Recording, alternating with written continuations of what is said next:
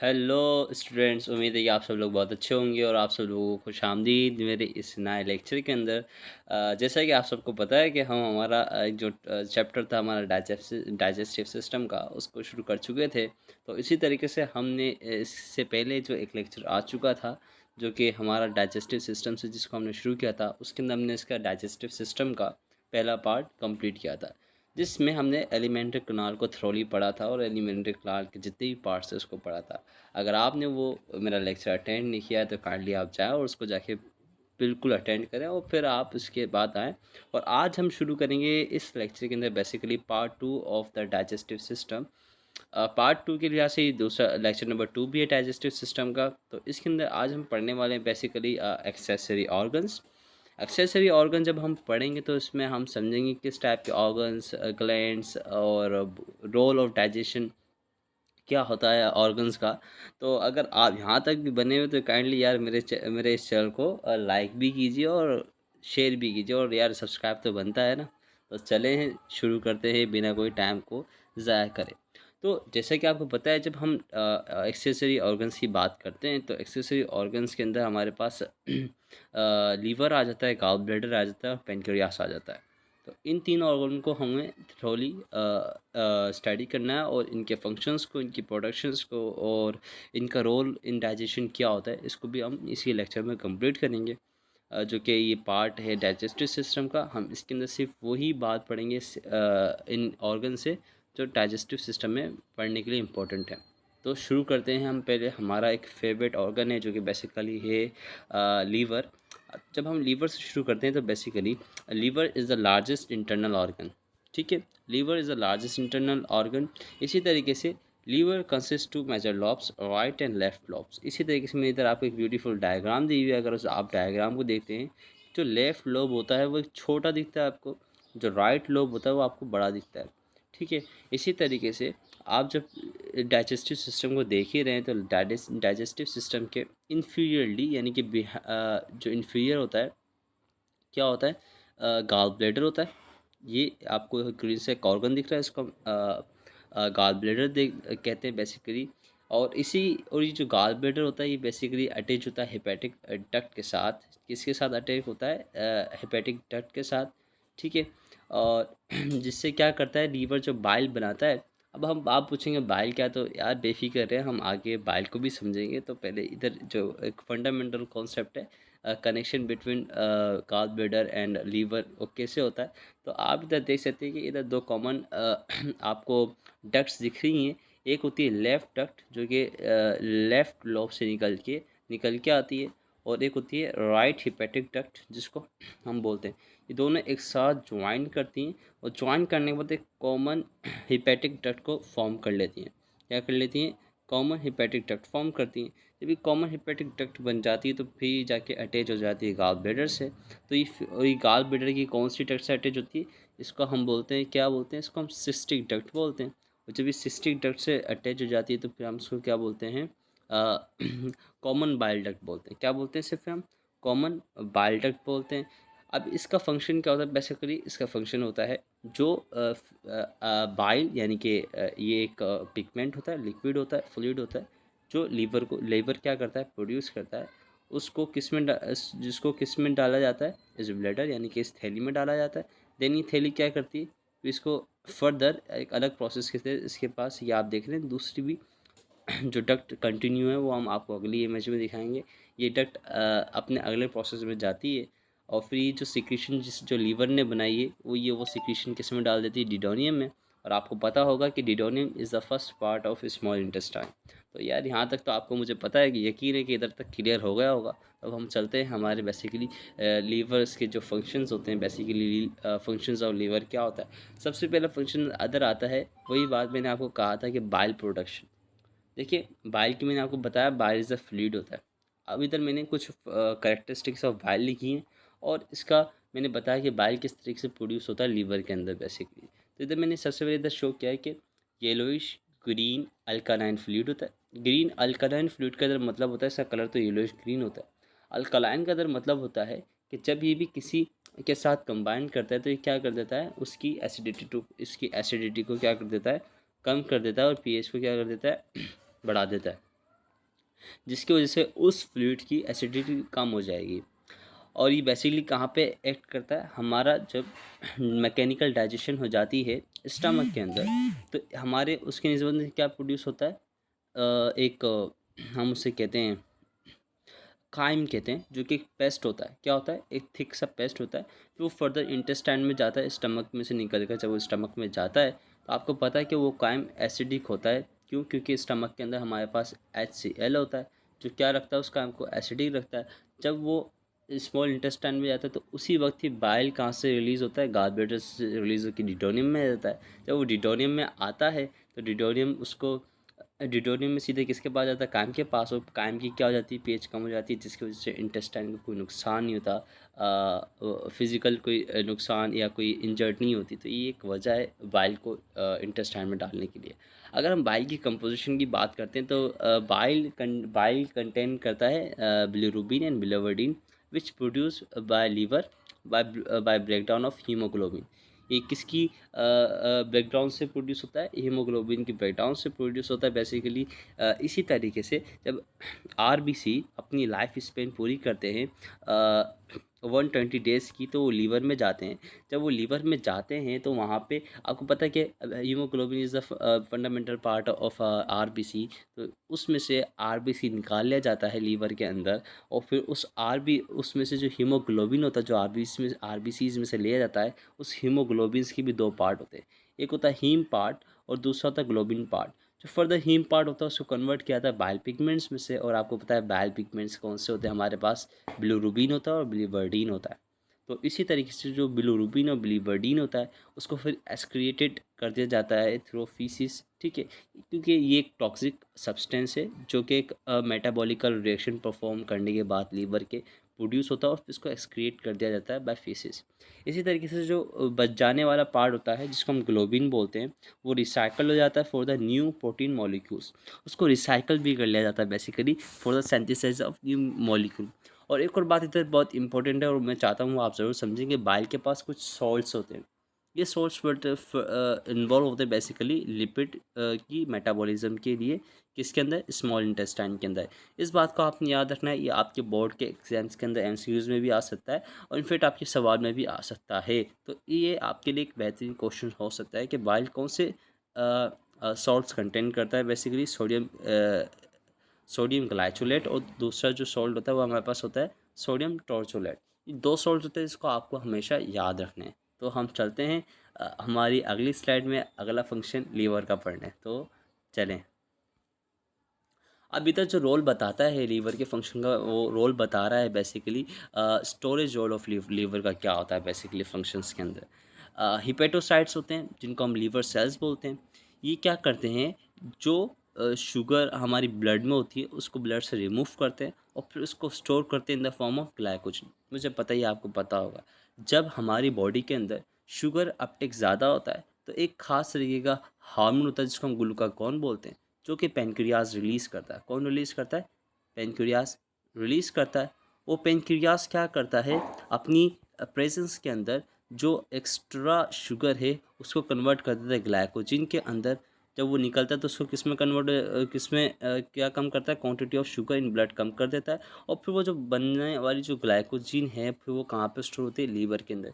Basically इतना आसान सा मैकेनिज्म है, मुझे उम्मीद है कि आपको ये समझ में आ रहा होगा। तो इसी तरीके से दूसरा जो रोल होता है स्टोरेज रोल ऑफ लीवर का, वो एक और होता है, वो होता है लीवर स्टोर करता है। क्या करता है?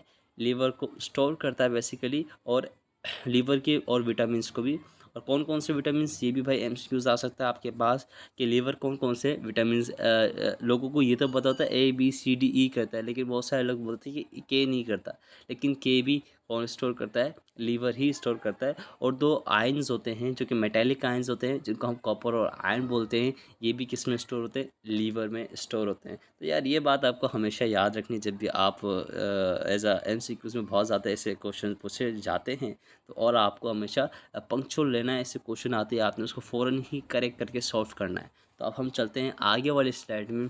इस स्लाइड में बेसिकली बताया जाएगा कि मेटाबॉलिक रोल क्या होता है, कि लीवर कौन कौन से रोल परफॉर्म करता है, क्या बनाता है, क्या तोड़ता है, क्या नहीं बनाता। बेसिकली इसमें बहुत सारे एंजाइम, बहुत सारे प्रोटीन जो कि बहुत ज़्यादा इंपॉर्टेंट है। अगर वो ना हो तो हम ज़िंदा नहीं रह सकते, और इनफैक्ट हमारी डेथ हो सकती है अगर लीवर ख़राब हो जाए तो। अभी तो सर्जरी भी हो जाती है, लीवर ट्रांसप्लांट, जिसके अंदर लीवर का थोड़ा सा पार्ट लगा दिया जाता है। और आपको एक और हेल्थ एंगल में मैं बात बताना चाहूँगा कि लीवर रीजनरेट हो जाता है जब भी हम एक छोटा पार्ट उसके अंदर ट्रांसप्लांट करते हैं, तो वो अपने नॉर्मल साइज में खुद ही आ जाता है। अब हम इधर मेटाबॉलिक रेट्स पढ़ते हैं तो इधर बताता है कि मेटाबॉलिज्म ऑफ ग्लूकोज अकर इन, यानी कि ब्रेकडाउन ऑफ ग्लूकोज किस में दिखती है आपको, अपना लीवर में दिखती है, जिससे आपको क्या मिलती है, एनर्जी ड्राइव की जाती है। क्या ड्राइव की जाती है, एनर्जी को ड्राइव किया जाता है for the consumption of body activities. अब इसी तरीके से कुछ विटामिन हैं, जिसके विटामिन ए को सेंथिसाइज किया जाता है। विटामिन ए को क्या किया जाता है, सेंथिसाइज किया जाता है। इस बात को भी इम्पोर्टेंट रखना, मैं पिछली स्लाइड में बताया कि vitamin A B C D बनाए स्टोर होते हैं, लेकिन इसमें से जो भी विटामिन हैं उसमें से ए बनाया जाता है लीवर की तरफ से। और दूसरा प्रोटीन होता है हमारे पास अल्ब्यूमिन। ठीक है, ये प्लाज्मा प्रोटीन है बेसिकली। अल्ब्यूमिन कौन सा प्रोटीन है, प्लाज्मा प्रोटीन है फ्रॉम अमाइनो एसिड। ये अमाइनो एसिड से बनाए जाते हैं लीवर के अंदर। अब इसी तरीके से एक और बहुत ज़्यादा इंपॉर्टेंट ब्लड प्रोटीन आता है, वो हमारे पास होते हैं प्रोथ्रोम्बिन होते हैं और फिब्रिनोजिन होते हैं। ये भी प्रोटीन होता है, इसका जो बहुत बड़ा काम होता है वो होता है कि आपके ब्लड को क्लॉट करवाता है। जब भी आपको कट लगता है, जो ब्लड निकलता है, फिर वो थोड़ी देर के अंदर क्लॉट यानी कि जमना शुरू हो जाता है, वो इन्हीं दो प्रोटीन्स की वजह से होता है। और यही दो प्रोटीन कहाँ पे आपको मिलते हैं, इन्हीं दो प्रोटीन्स को लीवर बनाता है और ये आपको ब्लड के अंदर मिलते हैं। इसी तरीके से एक बड़ा ही इम्पोर्टेंट काम होता है, जब आरबीसी अपनी टोटल एज कंप्लीट करके लीवर की तरफ जाता है तो लीवर उसको फेगोसाइटोसिस करता है, और फेगोसाइटोसिस करके उसको डाइजेस्ट करके ख़त्म कर देता है। उसके जो कंपोनेंट्स जो बकाया जो कंपोनेंट्स आरबीसी के बच जाते हैं, उनको फर्दर यूज़ करता है अदर मेटाबॉलिक रिएक्शन के अंदर। तो आपको पता है कि फेगोसाइटोसिस कौन करवाता है, लीवर भी करवाता है। इसी तरीके से एक और बड़ा एक अहम एंजाइम होता है, इसका एक बहुत बड़ा काम होता है, जब आपकी जो ब्लड वेसल्स होती है, ब्लड वेसल के अंदर जैसे कि आरबीसी घूम रहे हैं, आपको पता है कि जब आप इन्वायरमेंट के अंदर जब आप ब्लड आपका गिरता है तो फ़ौरन क्लॉट हो जाता है। लेकिन एक ही सवाल होगा कि ये ब्लड आपके वेसल्स, जो कि ब्लड वेसल्स है, उसके अंदर क्लॉट क्यों नहीं होता। ये इसलिए नहीं होता क्योंकि एक प्रोड्यूस करता है एक एंजाइम जिसको हम हेपेरिन बोलते हैं, और हेपेरिन क्या करता है, वो ब्लड को क्लॉट नहीं होने देता विज़ल के अंदर। ये भी एक बहुत बड़ी ही मेन काम है जो कि आपको हमेशा याद रहना चाहिए कि हेपेरिन कौन प्रोड्यूस करता है, आपका लीवर प्रोड्यूस करता है, जो कि एक बहुत आसान सी बात है। अब इसी तरीके से अब हम चलते हैं हमारी नेक्स्ट बात पे, जो कि समझाती है हमें कि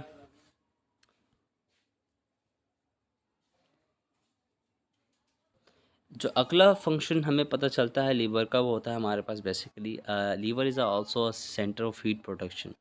जब आपकी बॉडी इन्फेक्ट की जाती है किसी भी पैथोजन पार्टिकल, पैथोजन यानी कि वायरस होगा, बैक्टीरिया होगा, प्रोटोजोन्स हो गए, या कोई भी पैरासाइटिक पैथोजेनिक इन्फेक्शन पार्टिकल हो, जब आपकी बॉडी पे इन्फेक्ट करता है, तो बॉडी के पास एक ही टूल होता है कि वो हीट प्रोडक्शन क्या करते हैं, इंक्रीज़ कर दे। क्यों? ताकि वो जो जो भी पैथोजेनिक आपके पास ऑर्गेनिज्म है उसको किल किया जा सके। लेकिन अनफॉर्चुनेटली ऐसा करने में बॉडी कामयाब नहीं होती। लेकिन इसी के नतीजे में हम फिर एक मेडिसिन होती है जो फिर दी जाती है, उस मेडिसिन को हम एंटीबायोटिक्स बोलते हैं। फिर वो एंटीबायोटिक्स दी जाती है for the killing of certain pathogenic organism. तो अब हम चलते हैं हमारा एक बेहतरीन ऑर्गन जिसको हम पेनक्रियाज बोलते हैं। देखिए, अभी हमने पिछली स्लाइड के अंदर लीवर को पढ़ा, लीवर के रोल पढ़े। इससे पहले हमने बाइल को समझा कि बाइल क्या होता है और गॉल ब्लैडर क्या होता है। Gall bladder is a pouch which store bile, and liver क्या जो बाइल होता है वो क्या होता है, वो कहाँ पे बनता है, लीवर के अंदर बनता है। ठीक है, बाइल के अंदर कौन से पिगमेंट्स होते हैं, बिलिरुबिन, बिलिवर्डिन होते हैं। बिलिरुबिन जो होता है वो क्या हो जाता है, एक्सक्रिएट हो जाता है बॉडी के बाहर बाय फिसिस, और जो उसके अंदर जो ग्लोबिन पार्ट होता है वो वापस रिसाइकिल कर देता है for the synthesize of new sorry globin part पे नहीं, उसके अंदर जो सॉल्ट होते हैं फर्दर चले जाते हैं किसके अंदर, डाइजेशन ऑफ लिपिड्स के अंदर। ये बात थी जो कि आपको क्लियर होनी चाहिए कि हमने इसमें बाइल का प्रोडक्शन भी, बाइल का मतलब समझा, गॉल ब्लैडर का फंक्शन क्या क्या था बेसिकली, बस स्टोर करना उस सिक्रीशन को जो लीवर ने बनाया है। तो ये बात थी जो कि सिंपल सी, मुझे उम्मीद है कि आपको क्लियर हो गई होगी। तो अब हम अपना टाइम ज़ाया किए बिना अब हमारे अगले जो स्लाइड है पेनक्रियास की, उसकी तरफ चल के हम उधर समझते हैं कि पेनक्रियास बेसिकली क्या कहता है। इधर कहता है कि जो पेनक्रियास कहता है कि द पेनक्रियास इज इलोंगेटेड। देखिए पेनक्रियास होता है इलोंगेटेड, क्या होता है, इलोंगेटेड होता है, टेपर्ड होता है। टेपर्ड से मतलब पता है क्या होता है, टेपर्ड का ऑर्गन होता है कि इसका जो ये जो वाला एल है ना, ये नोक जैसा लग रहा है आपको, इस वजह से हम क्या बोलते हैं, टेपर्ड बोलते हैं। इसके बेसिकली 3 पार्ट होते हैं। जो कर्व वाला पार्ट होता है उसको हम बॉडी बोलते हैं, और जो इसके जो वो पार्ट जो डिडोनियम के करीब होता है उसको हम हेड बोलते हैं, और जो लास्ट पार्ट होता है उसको हम टेल बोलते हैं। और इसी को टेपर्ड ऑर्गन भी इसलिए इसी वजह से कहते हैं क्योंकि ये थोड़ा सा जस्ट लाइक इसके पास एंड के अंदर थोड़ा नोच बनी हुई होती है। तो अब हम देखें, अगर इसकी लोकेशन की बात करते हैं तो लोकेशन क्या बताता है, ये आपको across the back of belly यानी कि पेट यानी इंटेस्टाइन के पीछे होता है, बिल्कुल बिहाइंड द स्टमक, और स्टमक के भी पीछे होता है। अगर हम बात करते हैं पेनक्रियास की, तो बेसिकली पेनक्रियास के बाद पास 2 टाइप्स की ग्लैंड्स होते हैं। बेसिकली अगर मैं आपको इधर रिप्रेजेंट कर दूँ, 2 टाइप से क्या होते हैं, ग्लैंड्स होते हैं। पहला जो ग्लैंड आता है हमारे पास वो आता है एक्सोक्राइन ग्लैंड, और दूसरा आता है हमारे पास एंडोक्राइन ग्लैंड। अगर हम the exocrine gland secretes digestive enzyme, ठीक है। तो अब इस बात से हमें पता चलता है कि जो पार्ट्स होता है पेनक्रियास के अंदर, उसमें से सिर्फ एक्सोक्राइन पार्ट ही इन्वॉल्व होता है, किसके कौन से प्रोसेस के अंदर, डाइजेस्टिव सिस्टम के अंदर। तो हमें सिर्फ डाइजेस्टिव सिस्टम में कौन सा पार्ट पढ़ना है, एक्सोक्राइन पार्ट पढ़ना है। जो दूसरा पार्ट होता है वो एंडोक्राइन पार्ट होता है। एंडोक्राइन पार्ट के अंदर कौन से सेल्स होते हैं, इनके पास आइलेट्स ऑफ लिंगरहेंस होते हैं, जो कि क्या सीक्रेट करते हैं, हार्मोन जैसे कि इंसुलिन और ग्लूकागोन वगैरह सीक्रेट करते हैं। ये एंडोक्राइन पार्ट आ जाता है। तो अब हम शुरू करते हैं हमारे एक्सोक्राइन पार्ट से। तो एक्सोक्राइन पार्ट क्या करता है, उसका जो फंक्शन होता है बेसिकली, अब हम बेसिकली उसी एक्सोक्राइन पार्ट को ही स्टडी करेंगे इसके अंदर। बेसिकली जो फंक्शन होता है किसका, पेनक्रियास का डाइजेशन के अंदर, वो क्या होता है कि पेनक्रियास क्या करता है, एक जूस होता है जिसको हम पेनक्रियाटिक जूस बोलते हैं, वो सिक्रेट करता है कौन से पार्ट से, अपने एक्सोक्राइन पार्ट ऑफ पेनक्रियास, जिसके पास कुछ सेल्स होते हैं जिसको हम क्या बोला जाता है, एसिनाई सेल बोला जाता है। जो एसिनी सेल होते हैं वो रिलीज़ क्या करते हैं, पेनक्रियाटिक एंजाइम रिलीज़ करते हैं। वो जो पेनक्रियाटिक एंजाइम होते हैं वो फिर कहाँ पे जाते हैं, वही में फिर ये रिलीज़ किए जाते हैं डिडोनियम के अंदर। फिर डिडोनियम के अंदर फर्दर एब्जॉर्प्शन का अमल शुरू होता है। कौन सा अमल, एब्जॉर्प्शन का अमल शुरू होता है by the chemical digestion of a certain chemical components which are in your food, जो आपकी फूड के अंदर होते हैं, by the help of certain enzymes. अब हम उन्हीं एंजाइम की बात करेंगे कि उन एंजाइम को हम कहते हैं पेनक्रियाटिक एंजाइम, जो कि लीवर बनाता है और सिक्रीट करता है for the basically digestion of different components of your food, जैसे कि लिपिड हो गया, कार्बोहाइड्रेट हो गया और प्रोटीन्स हो गया। इस सबको डाइजेस्ट किया जाता है, और डाइजेस्ट करने के बाद, इसको एब्जॉर्ब करने के बाद आपके इंटेस्टाइन्स को एब्जॉर्ब करती है बेसिकली। तो अब हम उसी को पढ़ने जाते हैं। तो role of pancreatic enzyme in digestion क्या होता है। देखिए कुछ एंजाइम होते हैं जिनको हम प्रोटियोलाइटिक पेनक्रियाटिक एंजाइम बोलते हैं। ये एंजाइम होते हैं जो डाइजेशन ऑफ अ प्रोटीन करते हैं, लेकिन ये जब सिक्रीट होते हैं तो ये अपनी इनएक्टिव फॉर्म में होते हैं, ठीक है। अब ये इनएक्टिव फॉर्म में इसलिए होते हैं, अगर इनको एक्टिव फॉर्म में रिलीज़ किया जाएगा तो जिस टिश्यू से ये निकल रहे हैं ये उसी टिश्यू को क्या कर देंगे, डाइजेस्ट कर देंगे, जो कि of course dangerous thing for that tissue. और तो फिर क्या किया जाता है, इसको इनएक्टिव फॉर्म में रिलीज़ किया जाता है। फर्दर जब ये रिलीज़ हो जाते हैं तो ये फिर एक्टिव हो जाते हैं फॉर देयर प्रोसेस। अब इसी तरीके से इधर लिखा हुआ है the major proteolytic enzymes are trypsin, chymotrypsin and carboxypeptidase. 3 तरीके के एंजाइम होते हैं जो बेसिकली जिनको हम प्रोटियोलाइटिक एंजाइम कहते हैं या प्रोटियोलाइटिक पेनक्रियाटिक एंजाइम कहते हैं। तो अगर हम आगे कंटिन्यू करते हैं तो इधर इधर वो भी बात जो आप मैंने बताई कि इनएक्टिव फॉर्म में रिलीज़ होते हैं, तो क्यों होते हैं ये मैंने आपको पहले बता दी। इधर भी इस पॉइंट में भी वही बात लिखी है। तो दूसरे पॉइंट में जाते हैं, सॉरी चौथे पॉइंट में जाते हैं, तो वो कहता है कि the enzyme which produce bye pancreas involve in digestion of lipids, proteins और कार्बोहाइड्रेट। ये मैं आपको बता चुका हूँ। तो अब हम इसी तरीके के 2 एंजाइम और होते हैं जिनको हम पैनक्रियाटिक अमाइलेज बोलते हैं, और जो दूसरा एंजाइम होता है उसको हम पैनक्रियाटिक लाइपेज बोलते हैं। इसके दो मेजर बहुत ज़्यादा फंक्शन होता है। वो एक का फंक्शन होता है बेसिकली पैनक्रियाटिक अमाइलेज का जो फंक्शन होता है वो क्या होता है, पॉलीसेकेराइड को डाइजेस्ट करना। देखिए एक अमाइलेज होता है आपके माउथ में जिसको हम सिलेवरी अमाइलेज कहते हैं। वो क्या करता है, जो पॉलीसेकेराइड आपके माउथ में होते हैं वो वहाँ वो उसको माउथ में आप जब मस्टिकेशन करते हैं यानी कि जब आप चबा रहे होते हैं खाने को, तो वो उस वक्त उसको डाइजेस्ट कर देते हैं। जितनी भी कार्बोहाइड्रेट चबाते वक्त एंजाइम उसको क्या कर पाते हैं, स्कैटर यानी कि ले पाते हैं। उस वक्त जितनी डाइजेस्ट होनी थी हो गई। लेकिन जब बकाया खाना बल्ब्यूलस बन गया, बल्ब्यूलस बनने के बाद वो आपके स्टमक में आया, स्टमक के बाद फिर वो सर्टेन एंजाइम्स ने आपके स्टमक के ऊपर एक्ट करने के बाद कुछ और सर्टेन केमिकल ड्राइव करके दिया आपके फूड के अंदर, तो फिर और भी पॉली कार्बोहाइड्रेट आपके आपके फूड में होंगे। तो फिर अनटिल यानी कि जो डाइजेशन आपके माउथ से शुरू होती है पॉलीसेकेराइड की, वो आपके इंटेस्टाइन तक चलती है।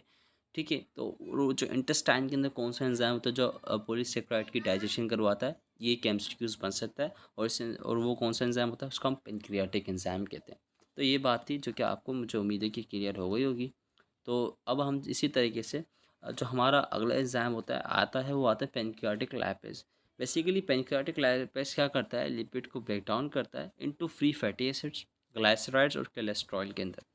जब आप लिपिड खाते हैं, लिपिड यानी कि फ़ैट, जो जितना भी फ़ैट होता है, ऑयल होता है, जो भी सारे लिपिड्स की फॉर्म में आता है, इनको कौन तोड़ता है, आपके पैनक्रियाटिक लाइपेज, ये एंजाइम होता है, ये तोड़ता है किसके अंदर, फैटी एसिड के अंदर, ग्लाइसराइड्स के अंदर और कोलेस्ट्रॉल के अंदर।